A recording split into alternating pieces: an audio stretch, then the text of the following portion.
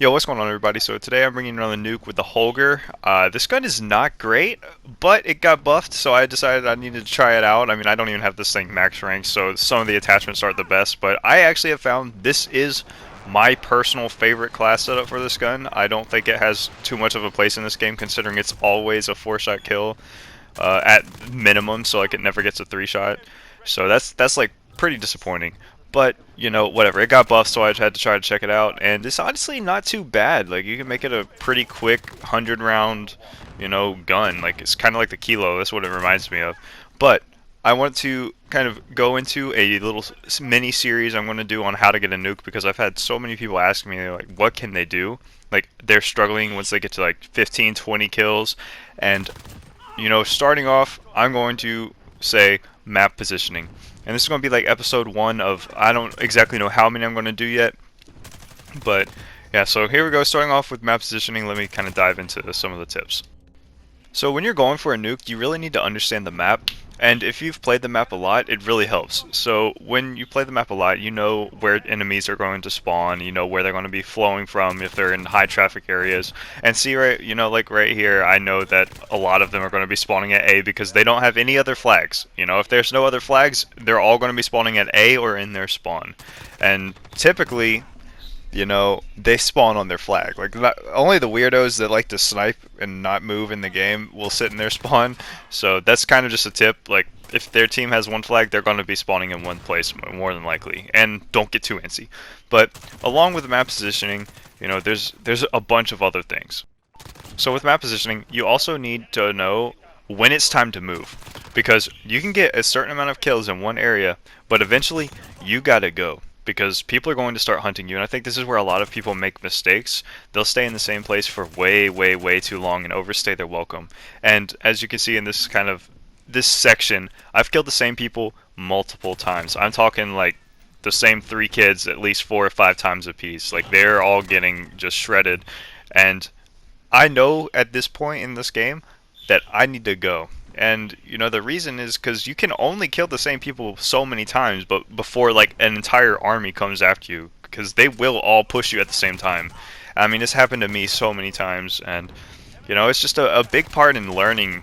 Is just like knowing that your spot you might be getting a lot of kills, but you got to sacrifice that. And here's another tip: like if you're doing that, like if you're in one spot and you're getting a lot of kills and you notice like it's the same people over and over, why don't you try moving and kind of going to a different spot, so that way they go and they'll like what the enemy teams will do, they'll go and check that spot where you were, and they won't see you, and they'll be like, oh well, you must have died, and then you can kill them from another place and then go back. And that's what'll set you up for some good stuff. Like you'll go on some good streaks. And so that's a good tip right there. Predicting spawns is something that is essential in this. Ground War is a very consistent game mode. The spawns are always kind of the same, and there's a general area that the people will spawn at. Like on Anaya Palace, it's always consistent.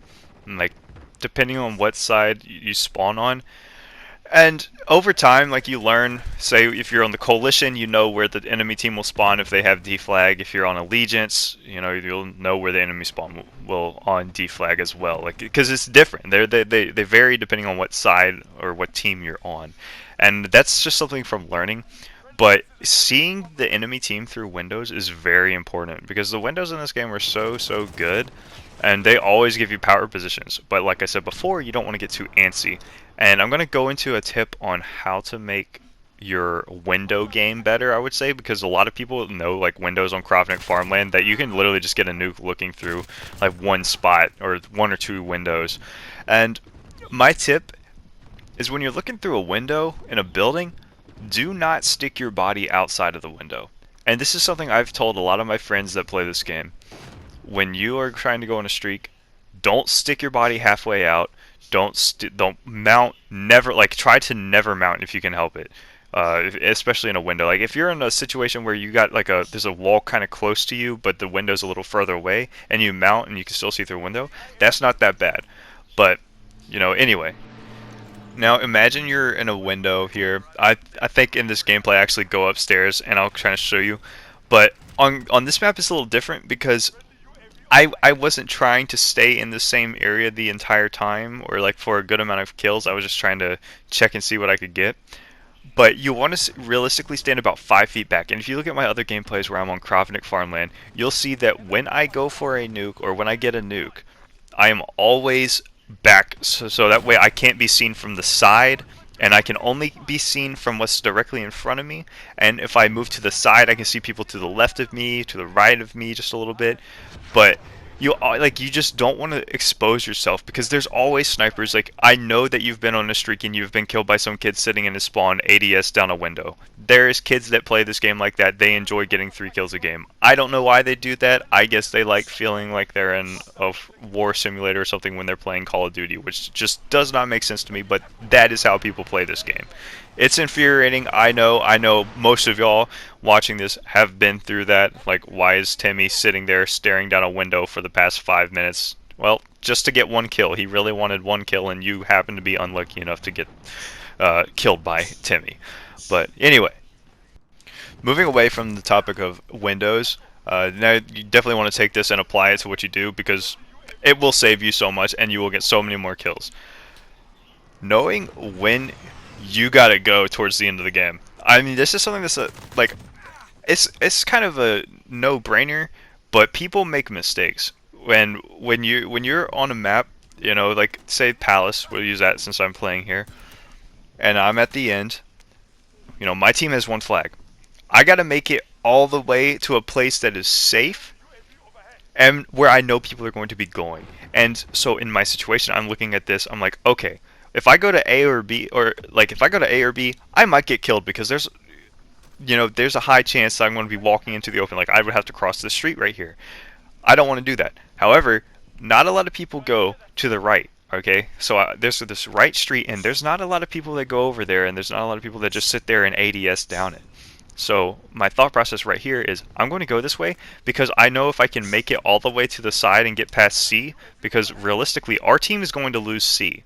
Like, that's gonna happen. Like, we aren't gonna hold it. I need to get up, and so when I go up, I'm thinking I need to lay low. I need 2 more kills, right? So I need 2 more kills. Also, by the way, running with a pistol is faster than running with your primary.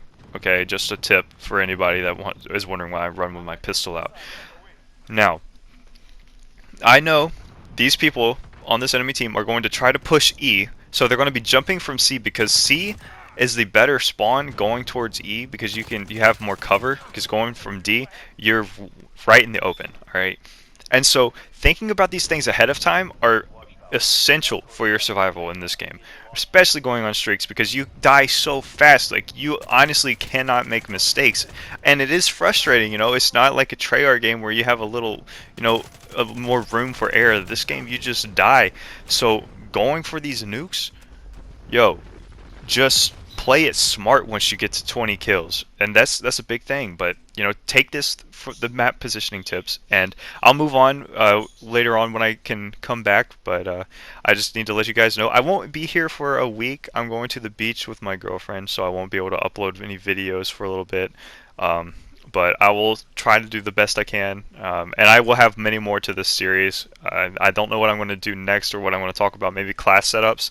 But anyway, guys, if you enjoyed this content, please subscribe, leave a comment, drop a like, and I'm always grateful for each and every one of you that watch my videos, and hopefully you can get a nuke, and I'd be down to play with anybody and try to help them get their first nuke.